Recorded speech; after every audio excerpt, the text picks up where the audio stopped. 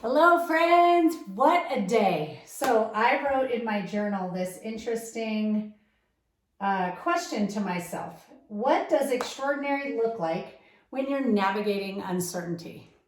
Well, it looks like a hot mess sometimes. And I've had so many people reach out and say, I love that you're sharing the inside story of your life because I've always wondered, how did you do this, right? And as I dream big and want to help uplift the world through coaching, through classes, through community building and connection, and I'll be honest, the uncertainty of it all drives me bananas. I love to have organized, detailed spreadsheets with strategic plans. And right now, I've had more hard times than not, especially as I look at this week. So, as I was telling myself that, I was in a conversation with a woman I love today, and she's actually a former student of mine from 2013. We had a trip to Italy together. She's just an amazing dynamo person. And she also lives life on the edge, seizing every moment, taking advantage of all kinds of opportunities that life brings her way. Those are my people. I love them. They lift me up. It's exciting, right? They live with this joy that others don't get to experience when they're in their comfort zone. So we've talked about there's 3 lives that describe the human condition: caged, comfortable, and charged. I want you fully charged, my friends. Yet, here's the thing. You don't have to be charged all the time. As I thought about the day, and in this conversation with her, we were talking about how we lie to ourselves, right? That sometimes we lie to ourselves that we're not enough, that we're not successful enough, we're not productive enough, we're not blank enough, beautiful enough, sexy enough, good enough as a mom, all the things. And at other times, we tell ourselves, I'm the bomb, right? And we're cheering ourselves on, and we live in this weird space in the middle, right? And so I thought to myself, I was in a really strong moment of discouragement. A job opportunity came across my desk that paid $238,000 a year, and I was kind of like, maybe I should go for that. Yet I know with my whole heart and soul that God has placed building brilliance within me. That's what makes it scary. And what makes me want to run from it to that safe zone. So that's my safe zone. And today I had to make a decision. I had to have a community that I trust, that I could say, man, I'm really tempted. Should I do that? I mean, hello. It sure would be nice to have that stability and security. Yet I also know so many people living in the hamster wheel who are caged or comfortable, and they're not fired up. And so with our careers, we sometimes have to look at what fires us up. And I have to trust that even though this is so uncertain, that it has purpose and it has meaning and it's aligned exactly with my strategic life plan and my wildest dreams. So I decided to ask myself, are you lying to yourself? Like, is it really that bad? So check this out. This is called a behavior over time graph. When I used to do consulting with MIT, we built these very frequently. The reason they're so good, they're really good with English language learners, with visual spatial learners. They're also really good as a fast way to journal. I talk to a lot of people who are like, I've journaled my head off. I don't want to journal anymore. Or who are like, I'm just really busy. So what I did is I sketched out my day. This is just today, right? Because I actually sketched this in this moment right here when I was like, man, today has been brutal. And I thought, no, it hasn't. Let's take a look. Fast thinking, today sucked. Fast thinking then in the olden days for me would have led to, I want to have a drink with some friends, or I want to go out and have beer and nachos and zone out on some sports. Go Bolts. I wore my Cali shirt today. It's my favorite sweatshirt because it shows off like the little in the middle that I've worked so hard for. Like I haven't had that in forever. It feels so good. I haven't been able to wear a crop sweatshirt in, I don't know, most of my adult life. So it sure feels good to be feeling slim and slender. So anyhow, behavior over time graph. And point be taken on that. Be proud of the things you're achieving. I meet a lot of people who forget to look back. And I'm like, man, I worked hard on my weight last year. I worked really hard on staying disciplined with being alcohol free, staying disciplined about the lies I was telling myself, right? This is kind of all about lies we say. I was lying to myself that life isn't worth living if I can't have blank. Turns out, yes, it is. It sure is, because when I wake up before my alarm and I'm energized, That feels amazing. That feels better than any 5 seconds of goodness on my tongue. So we just have to get our thinking right and quit lying to ourselves. So the lie I was telling myself in this here moment was like, man, I don't know if I can manage this entrepreneur's journey. I don't know if I'm good enough to do this. I have so much to learn and I don't even know where to start, right? And then I was looking also at clients that I had worked with in January and how many closures and my budgeting, right? I was sitting beneath my new stack of cancer bills and getting my bills paid. And I felt tempted to go back to the security of the known. So what I challenged myself to do was to make a behavior over time graph of joy. For me, joy is my compass. I love being joy-filled. I have played with that word for a very long time. If you want to learn how to play with words to transform your life, I invite you to join my Power Word Workshop. So here was joy. The first moment was at wake. Turns out, self-awareness, I don't wake joy-filled, but I sure do find joy pretty quickly. And the biggest way to find joy, in all honesty, is because I'm grateful that I'm waking up before my alarm. I'm grateful that I have amazing energy. You want to know what's fueling that? What I eat the night before, what time I go to bed, how much exercise I allow in my day. All those things that we want to push off to the side of our busy calendars turns out need to be center stage to live with joy. Then this is full, we're being honest. I'm going to call Fridays Shift Gets Real. Like the Friday segment of Shift Happens is not going to be just shifts that are happening in our lives and in the world, but Shift Gets Real. Like, because sometimes we have to be brutally honest with ourselves. And I think one of the things that helped me distinguish myself as a high performer is that I've come from a family of tough love. So I share that tough love in my own inner narrative.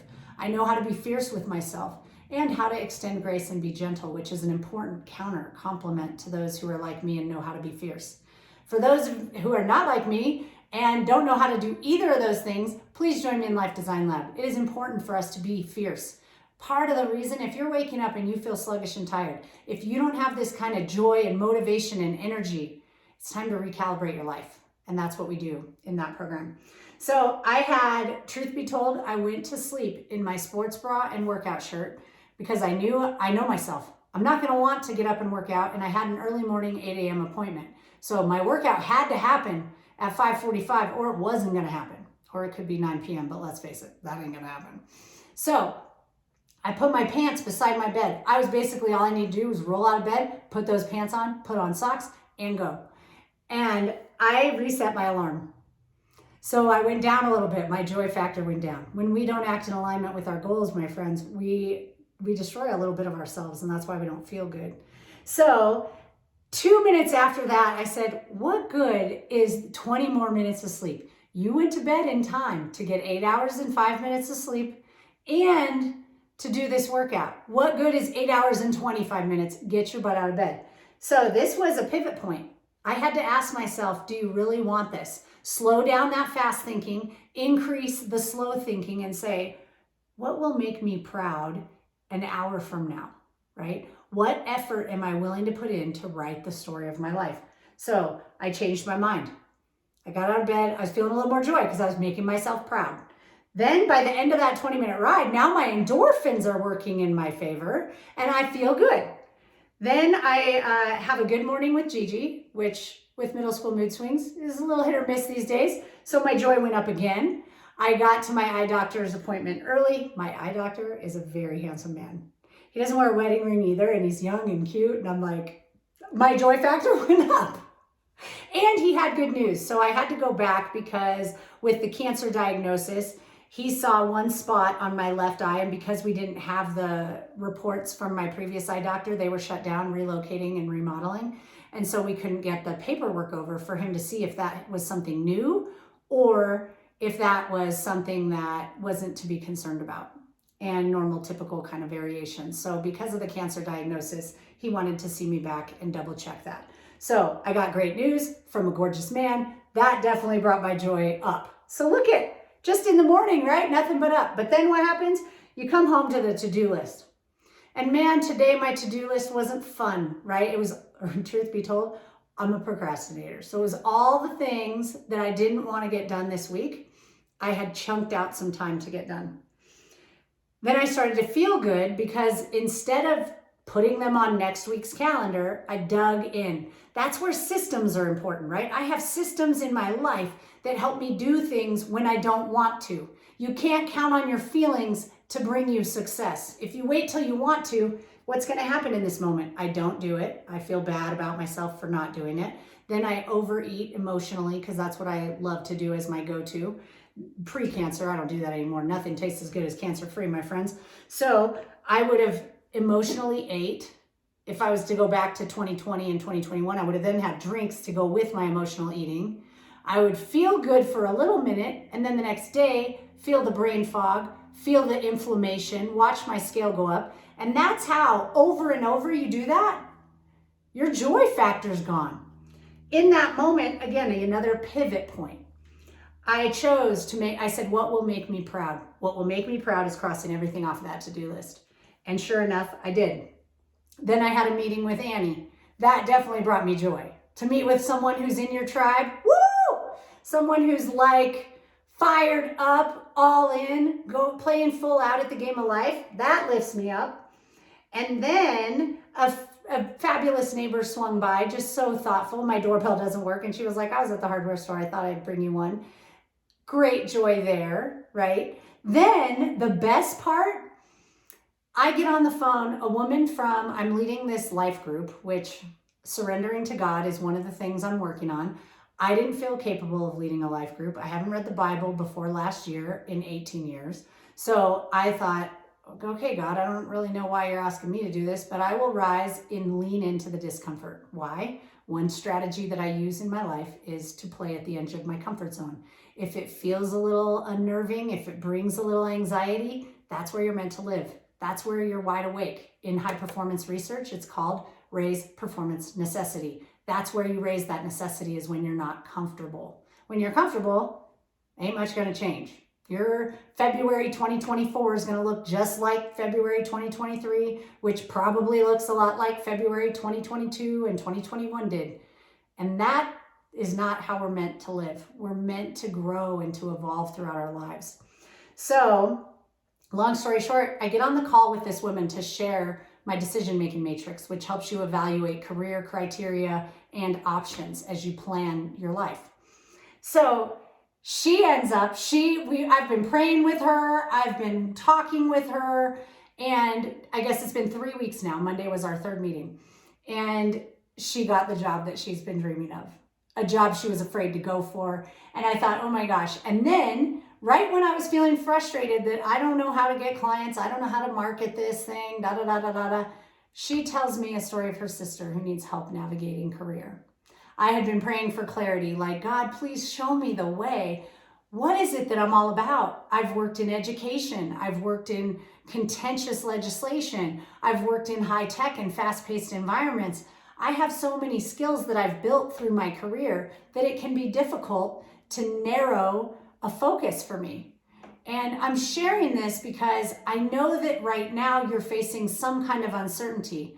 And I want you to place joy as your compass and to notice the moments where you're like, man, it's been a rotten day. No, it hasn't. Look at this.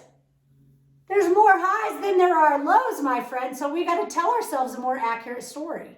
Your graph might look different than mine. Sketch it out. Just sketch the highs and lows and make some story markers on those little dots. Just kind of a quick doctor appointment, to-do list, meeting with Annie.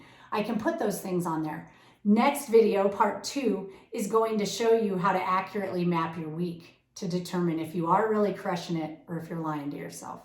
With that, it is time for us to all go out and reveal our brilliance to the world. I have a wonderful meeting with a friend that I just cherish so much, and I'm so excited to help him with his business. So I'm off to go do that. I hope that your Friday is going to kick off and align with the best of yourself, with what would I be proud of come Monday morning, and really full out play in this game we call life.